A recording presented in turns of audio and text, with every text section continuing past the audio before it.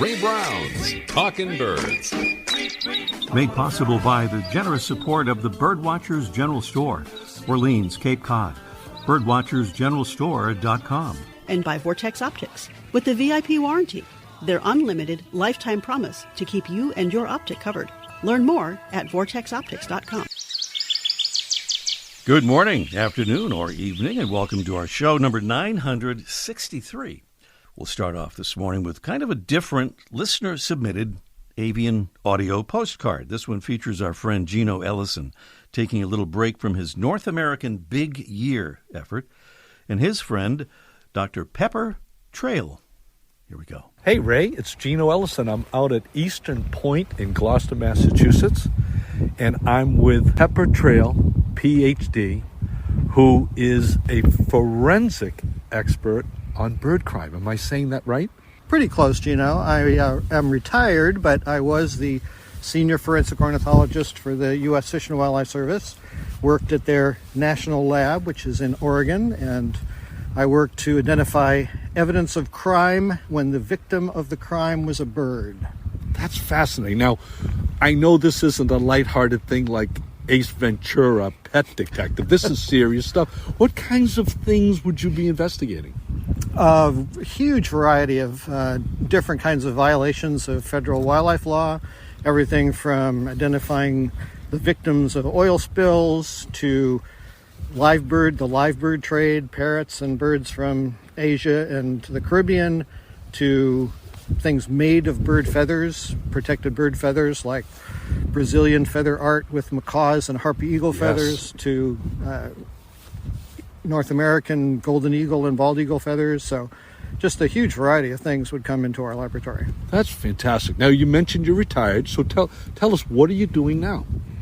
Well, my work as a forensic biologist was fascinating and challenging and important, but also could be very depressing because everything I was looking at day to day was dead, and not just a little bit dead, but like really dead. Okay. So it's very important for me to get out and see live birds and all of their beauty and variety. And so now I'm doing a lot of bird tour leading around the world. I just got back recently from a trip from Bali in Indonesia all the way across to New Guinea and down to Australia.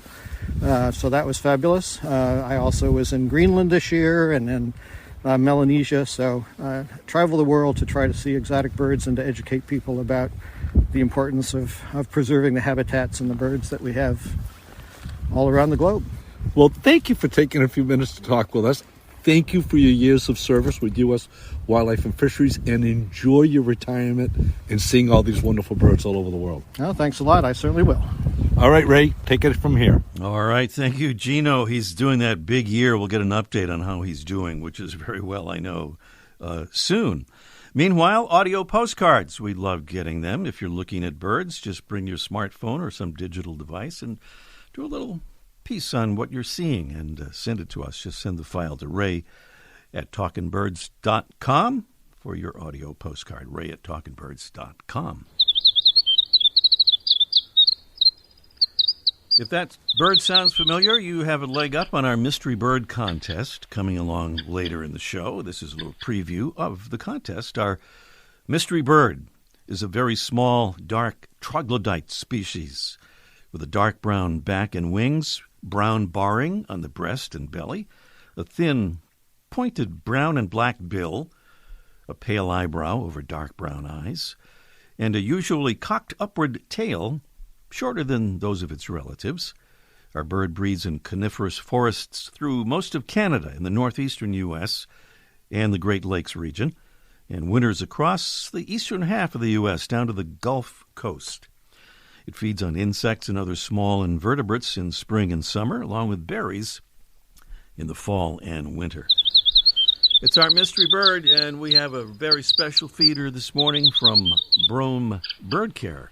This is not only a feeder; it's a Mega 600 feeder. That's right. We thought this deserved a little drama there. It has an extra large tube that holds nearly 2.5 pounds of seed, easy to clean and chew-proof, and includes the Brome seed ventilation system and the Brome lifetime care warranty.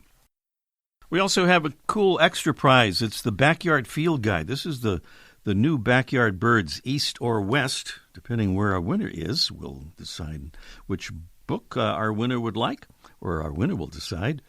Backyard Birds, East and West, featuring 99 birds. It's pretty cool with some great photographs there by Brian Small, who is one of the great bird photographers on the planet. Coming up on our Mystery Bird Contest a little bit later on in this morning's show.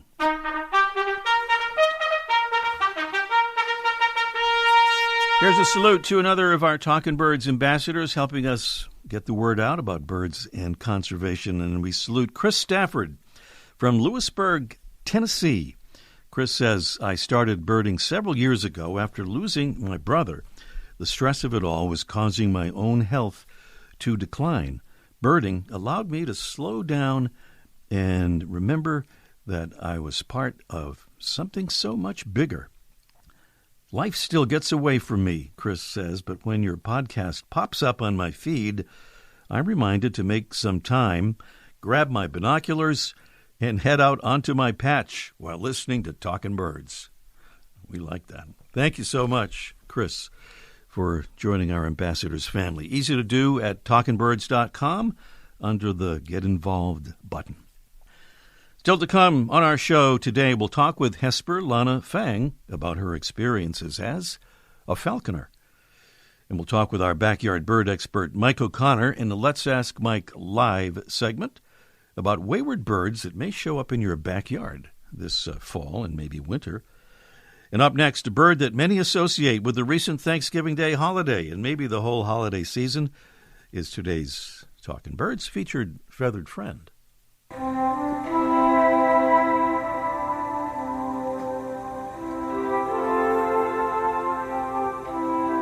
From the mid-1800s to the early 1900s, the North American population of today's featured feathered friend underwent a decline from about 10 million individuals to about 30,000, thanks to excessive hunting and habitat loss.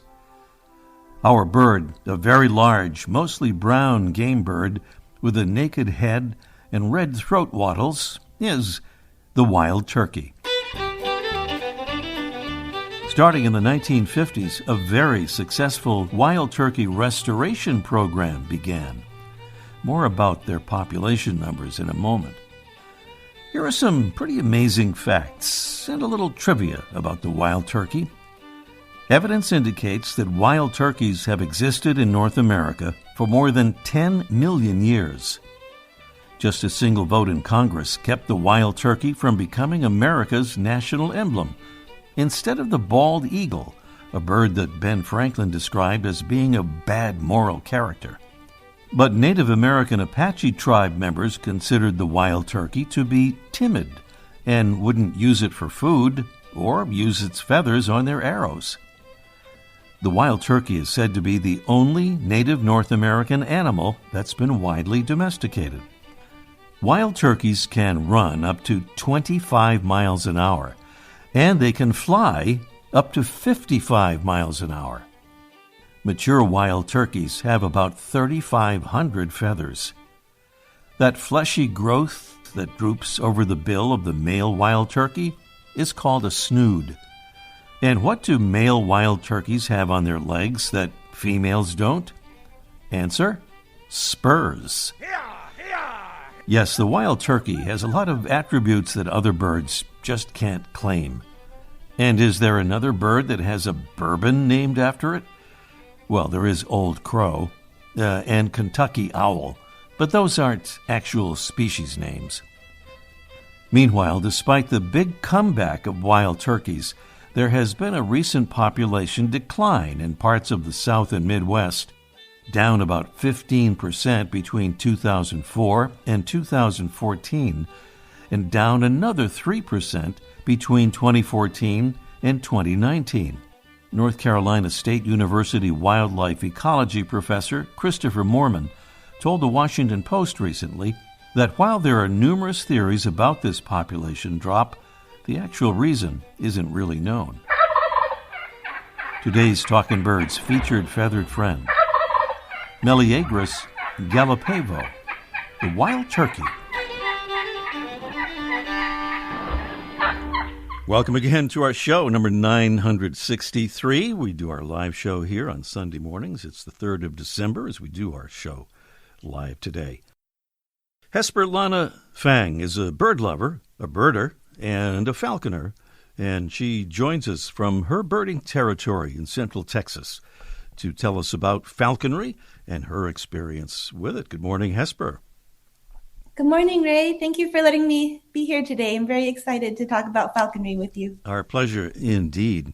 So the definition of falconry, you can correct me on this if needed, the art or sport of pursuing quarry with falcons or other birds of prey and the keeping and training of such birds. How does that match up with how you see falconry? Yes, that's consistent with the definition of falconry. Yes, a lot of people will go to a falconry show at a fair or at a bird center, and it's really just a demonstration of skills associated with falconry. Mm-hmm. And true falconry is hunting. Mm-hmm. So you go out into the field with your bird, just trying to picture this. So describe for us, if you would, what happens and why.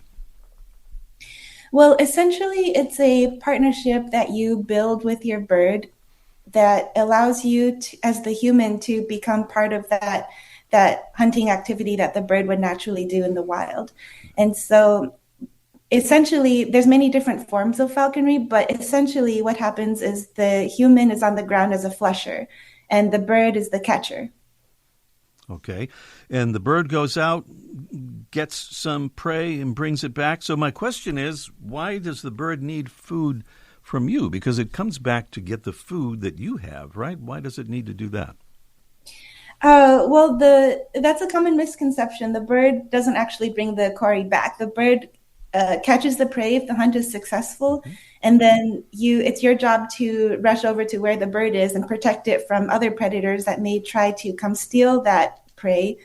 And if the prey is still alive, you dispatch it. You try to give it a merciful, quick death, and what you present is a clean piece of meat that's already ready for the bird to eat, and that way the bird doesn't have to worry about plucking the prey and breaking into it, which is very energy costly. Mm-hmm. And so that prey would become food at a later time then? Yes. It eventually all goes back to the hawk. Okay. So birds employed in falconry are not pets. I'm sure people have, maybe thought that or suggested that. But you describe falconry as a conservation activity. Tell us about that. Well, I do believe that's true. And the big story there about falconry and conservation is with the recovery of the peregrine falcon. And a lot of people aren't aware that the Peregrine Fund was started by a falconer named Tom Cade out of Cornell Lab of Ornithology in the 70s. And up until about 5 years ago, it was largely falconer-led and run and funded. And now it's one of the most important conservation organizations in the world. Mm-hmm. And as of 1999, the peregrine falcon has been delisted officially from the endangered species list, and now it's a species of least concern. So we're very proud of that. And then on a more micro scale, on the individual scale, I believe statistically, around 70-80% of young raptors don't make it past their first year. And a lot of that, a major reason for that is because of starvation, because young raptors coming out of the nest don't necessarily know how to hunt yet. And that's a skill that's honed through multiple failures. And if they have too many of those failures, they don't eat and they die, they pass away. And so under the safety of the falconry relationship, they've got this endless supply of food that they can get. They're not in danger of starvation, and they're safe from predators, from natural disasters, and we try to protect them as best as we can. And then in the spring, when you release them, you're releasing an animal that is stronger and fitter and hopefully better for its time that it's spent with you. And it's very likely after that first hardest winter of its life to go on and become a successful member of the breeding population. Well, I want to ask you about that release question. I watched an interview you did with PBS, and you described the first success you had with your first bird, an American kestrel. And by the way, you imagined it would happen in some spectacular natural setting, I believe, but that wasn't quite what happened, right? Not quite. Falconry is this. It's got this whole big romantic connotation to it, and you think of the sport of kings, right? You think of like misty moors of Scotland and these beautiful birds, but as it happened for me, urban falconry today, right? It happened. I caught my first head of quarry in a Taco Bell parking lot in the drive-thru. Very inglorious, but it was a great moment for me. And certainly for the people driving through there at the drive-up window, I'm sure. Well, you talked about releasing that kestrel that you called Goji, I believe, back into the wild. So my question is, how do you release a bird that you partnered with, and why doesn't it just come back to you? And by the way, that was a very moving scene. I recommend that PBS interview with you. But how does that happen? How do you do that? Oh, thank you so much. It was a very difficult release for me because I loved that bird so much. I had him with me for 2 years, just constantly thinking about him and managing him and hunting with him. And he was a great little bird. And in the end, I really thought it was very important for him to go back in the wild and contribute to the breeding population. And so, and as much as you love your bird, you got to get inside the mind of the bird. And hawks, falcons, raptors in general are largely asocial in the wild. And so they don't form that social bond with you. They don't love you the way a dog would, but they have this conditional food relationship with you and this working hunting partnership, right? And the way it works during a falconry season is you have to understand their daily schedule and when they're likely to be motivated by hunger, that drive to catch something, versus just sitting there and digesting their food. And so when you release a bird, you spend some time bulking them up, so to speak, to give them the best chance of survival. And then you give them one big last meal on your fist to remember you by, I guess. And then you release them and they go and sit somewhere in a tree, and they're full. They just had a huge meal, so they're not motivated to come back to you for more food because they've already got food in their stomach. Mm-hmm. And then you walk away. That's it. And they never lose their ability to survive in the wild. That's one of the beautiful aspects of falconry for me. Mm-hmm. Just very quickly. Sorry. I was going to say it's the only relationship with a wild animal that I can think of where the wild animal retains its wildness and agency. Mm-hmm, mm-hmm. I know becoming a falconer is a complex process, as it should be, but for people who are thinking, I want to do this, what's a quick first step? It's a little bit of a process. In Texas, you have to get a falconry license, and that entails passing a 100-question written exam, and you have to have the equipment on your premises, and you have to allow a Parks and Wildlife agent to come inspect your property and your equipment, and they have to pass you. And then you get your falconry license. You need a hunting license and a duck stamp if you're going to hunt ducks. And then you're good to go. You have to obtain a sponsor that's willing to sponsor you as an apprentice for 2 years. All right. Hesper Lana Fang is a bird lover, birder, and falconer. And you can follow her and see lots of wonderful photos as well on her Instagram account at Hesper F as in Frank, or Fang in this case, Hesper F. Hesper, thanks for being on the show, and good luck with your newest bird, by the way. We'll talk more about that another time. Thank you so much, Ray. Really appreciate the opportunity. Hesper Fang here on Talking Birds. And up next, our mystery bird contest in just 1 minute. The flutter of a tail feather, the flash of a wing bar in mid-flight. You don't always have a lot of time to identify a bird in nature, let alone to appreciate its beauty. But with Vortex Optics, you'll have the power to bring every wild moment closer.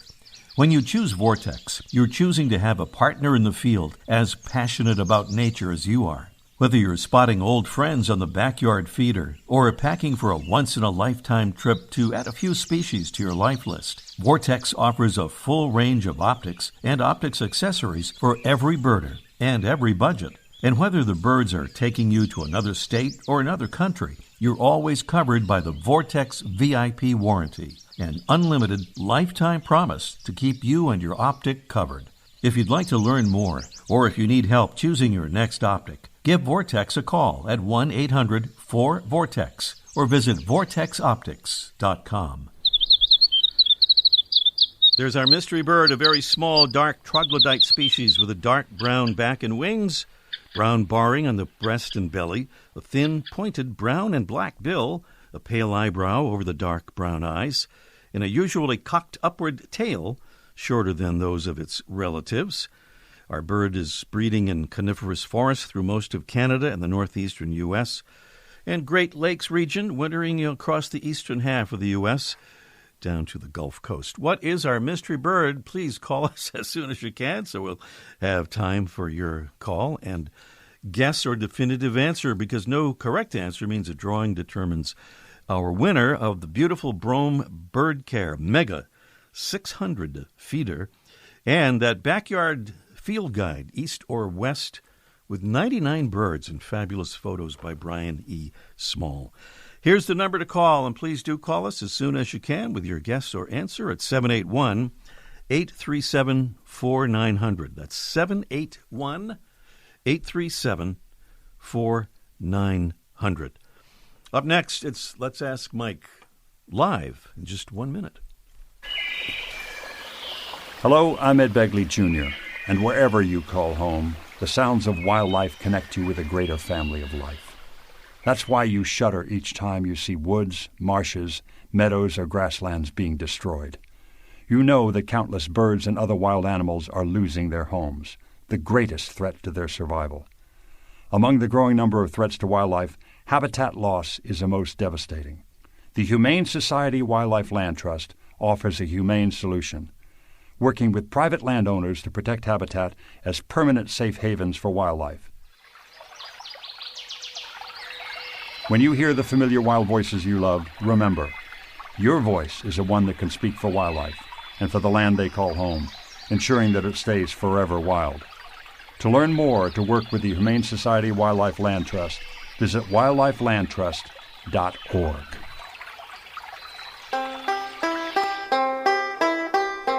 Well, you may have heard of Wrong Way Corrigan as a famous or infamous football player from I'm not sure when.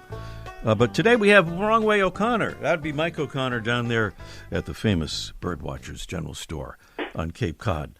Good morning, Mike. How old do you think the people listening are, if they remember Wrong Way Corrigan? Well, I did that for you because I figured you would perhaps remember. Yeah. But right. You're not the one who's wrong way. You're just observing birds that are going the wrong way. Right. Yeah. And today we're going to talk about unusual birds that show up in areas where they aren't supposed to be. And typically when a bird shows up that shouldn't be in the area, like right now I have orioles that shouldn't have been gone, and a neighbor down the street has painted buntings, and they shouldn't be here at any time of the year, and somebody else has a western tanager, and everybody automatically thinks, well, they were blown in by a storm. And while storms will bring birds in, occasionally, usually they're seabirds, those birds, when they get blown in, like the flamingos that got blown in by that hurricane in September, once those birds recover, and if they do, sometimes they don't recover, but if they do recover and they get their strength back, they get out of town. They go back to where they're supposed to be. And those flamingos that everybody saw, I think it's like 15 of them throughout the country, they're gone. They've worked their way back. But sometimes when a bird appears in an area this time of year, it simply has migrated the wrong way. So, like the case of the painted buntings, they're supposed to go on south, and they end up north. And the unusual part is, like a neighbor had a summer tanager one year, which shouldn't be here even in the summer, and then it showed up in the winter. It returned the next year. So there's evidence that these birds, not only for whatever reason, their GPS gets messed up, and they go the wrong direction, and when they get to where they think okay, this looks like Costa Rica, and it's not. It's some suburban yard on Cape Cod or anywhere in North America. They settle in, and they think that's where they're supposed to be. And they didn't get blown in. They flew on their own. They just went the wrong way. And then they'll leave in the spring, and then they come back in the winter if they survive. And it's kind of an unusual thing. And then that gets everybody excited. They run out and take pictures and bring all the weird birders. And then there's more to that, where there's birds that decide, this migration thing is hard. We have to fly to South America. I'm just going to wait it out. I'm just going to wait it out and see what happens. I'm kind of simplifying the fact. But there are birds that are pioneers that just think, okay, they don't migrate for whatever reason. They're tired, they're sick, they're old, and they survive the winter, and then another bird survives. And that's how the birds expand their range. So we have tufted titmice and cardinals, but back when I was born, there was no tufted titmice and cardinals in this part of New England, and now they're all through New England. So birds migrate the wrong way, and sometimes they extend their range, or they just don't bother migrating at all, and again, helps them extend their range. And you don't have to do anything about it. People feel bad. They want to help them. Now, let it run their course, because obviously if it's not good for the species, the ones that are going the wrong way don't benefit the species unless they can figure it out on their own. They'll figure it out eventually, right? Right, and now everybody has to go Google Wrong Way Corrigan and see what they're talking about. Yeah, Google Wrong Way Corrigan. This is very loud music here, Elvis, for some reason, but I think we got it, the Wrong Way Corrigan. Everybody's going to want to. The search numbers are going to be huge for Wrong Way Corrigan after this. I can guarantee it. All right, Mike. Thank you. We'll talk next week.